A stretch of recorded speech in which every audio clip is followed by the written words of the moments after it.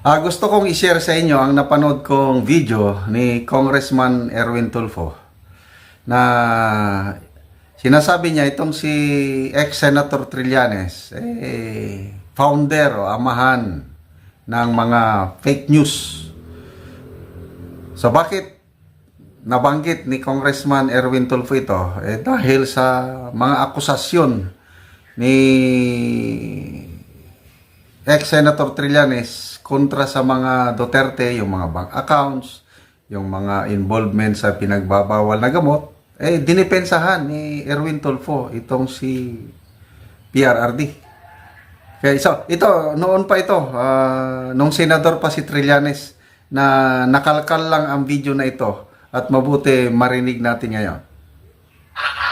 Ngayon, nung kinumpronta na, pinapahiya ka na naman. Sinabi, hearsay po. Ikaw, sir, yung source ng mga fake news. Source. Huwag mo akong babaliktarin at sasabihin mo, I am the source of fake news.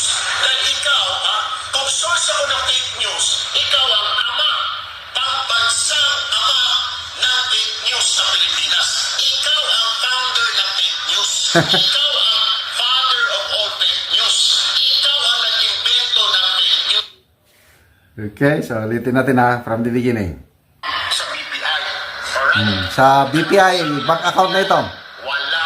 Mismo ang BPI na nagsabi, walang billion account si Rodrigo Roa Duterte. Alright, ito ba ang sabi mo? Isa yan. Sabi mo, pag hindi ko napatunayan yan, mga kababayan, magre-resign ako bilang senador. So, walang BPI account si PRRD. Wala siyang ganong kalaking pera. Yung kasi 281 million daw ang laman ng BPI account ni then Mayor Rodrigo Duterte sa BPI. Bangko na mismo ang nagsasabi na walang ganong pera. So yan ang ipinapaliwanag ni Erwin Tulfo. Bakit nariyan ka pa sa Senado? Hindi mo napatunayan? Hindi ba sabi ng BPI, walang billion account ang Rodrigo Roa Duterte? Di ba? Sabi mo, mag-resign ka? O hindi mo napatunayan na inamin na mismo ng BPI? Bakit nariyan ka pa? Senator Antonio Trillanes? Anong ibig sabihin niya, sir?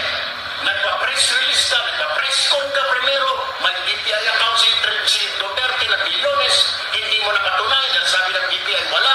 Nagsabi ka rin sa harap ng media, magre-resign ako kapag hindi ko napatunayan na may bilyon si Duterte. Bakit nariyan ka ba?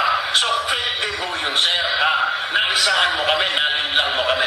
Ikatlo, sir, Anong ginawa mo? Nagdala ka ng mga testigo sa Senado, si Matubato, si Las Cañas. Ito, magpapatunay ito na. So, punta naman tayo dito. Mayroon ding TikTok statement ni Attorney Panilo tungkol pa rin dyan sa BPI bank account ng mga Duterte. Ang laman lang ata is mga 15 or 16,000 according to Attorney Panilo.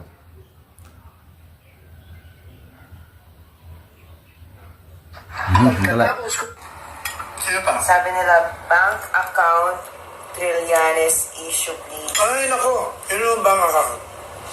Hindi ko totoo yun. Yung mga pinakita nila ron, peke yun. Yun ang ginamit nila kay Presidente Duterte. Tandaan nyo nung tumakbo siya.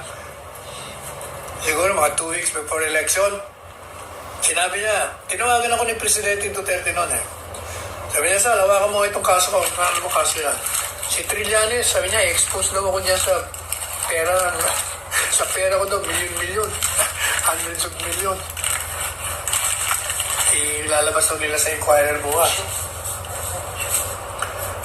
Sige, hawakan ko ang kaso mo. Teka muna ka ako.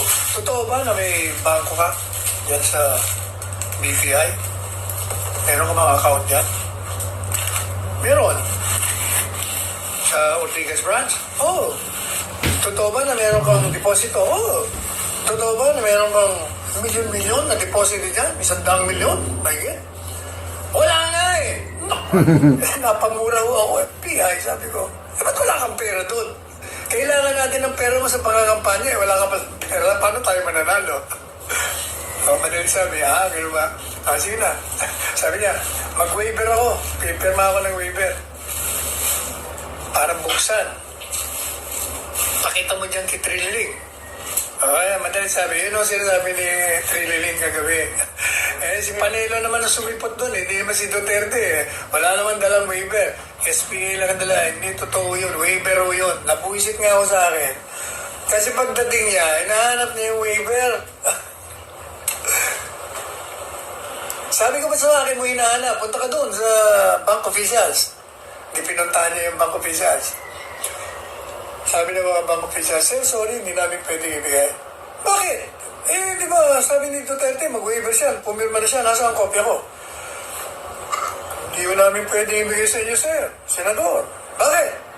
Kasi pumasok na ho sa amin, tinanggap na namin, kaya pumasok na under privacy law. Privacy Act, hindi pwede kayong bigay ng dokumento kaugnay sa mga depositor dito. Naku, inis na yun. Punta naman sa akin. Tony Manelo, pahingi ako ng kopya. Anong kopya? Kopya ng waiver? Yung pinirma ni Duterte. Mayabang mo, Duterte lang ang tawag niya kay Presidente Duterte. Sarap patukan Hindi man niya ang ginalang na Mr. Duterte man lang. Pareho nung kaliwa. Yung kaliwa, Duterte lang ang tawag sa kanya. Mga bastos ba? Dating presidente, hindi bigyan mo ng paggala. Anyway, humihingi sa akin ngayon itong si Trililing. Pahingi ng kopya. Kasi hindi siya makakuha ng kopya. Sabi ko, wala na akong kopya. Ang kopyang natira sa akin para sa kliyente ko. At yung isang kopya, binigay ko na rin sa media. Doon, ka pumunta sa media, humingi ka ng kopya. Doon ako galit na galit sa akin. Galit na galit. Kasi, dahil may waiver na si Presidente Duterte, pwede na niyan tingnan yung account. Pero ang katunayan, lalabing 5,000 lamang ang pera ni Presidente Duterte niya sa Bank of PI. 15,000 ba o 16,000? Kaya lang, hindi niya rin makita yung bank account. Kasi ang BPI refused to reveal the account despite the bank waiver. Alam niyo ba kung bakit? Baka mag-bank run sila. You know why?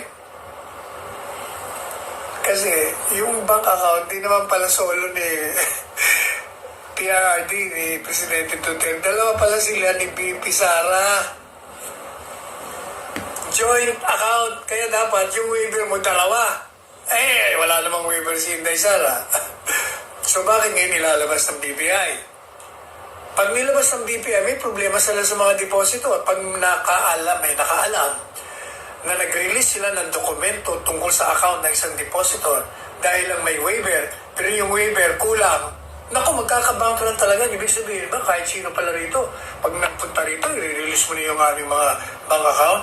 Kaya sabi ko sa kanila, kayo, mag-ingat kayo delikado yung gagawin nyo. O kaya, bigyan nyo kami ng sapat na oras para pag-aralan namin. Ilang araw gusto nyo? Pwede ba? Sabi niya, isang araw. Hindi na, bigyan ko kayo ng 7 araw. Gusto nyo? Yung 7 araw, mag-eleksyon tapos na. Tapos na alala, kaya walang nangyari. Yung kaya galit niyang si Trililing na yan. Yan ang istorya. Kaya ngayon, Ayan, yung kwento ng bank account na yan,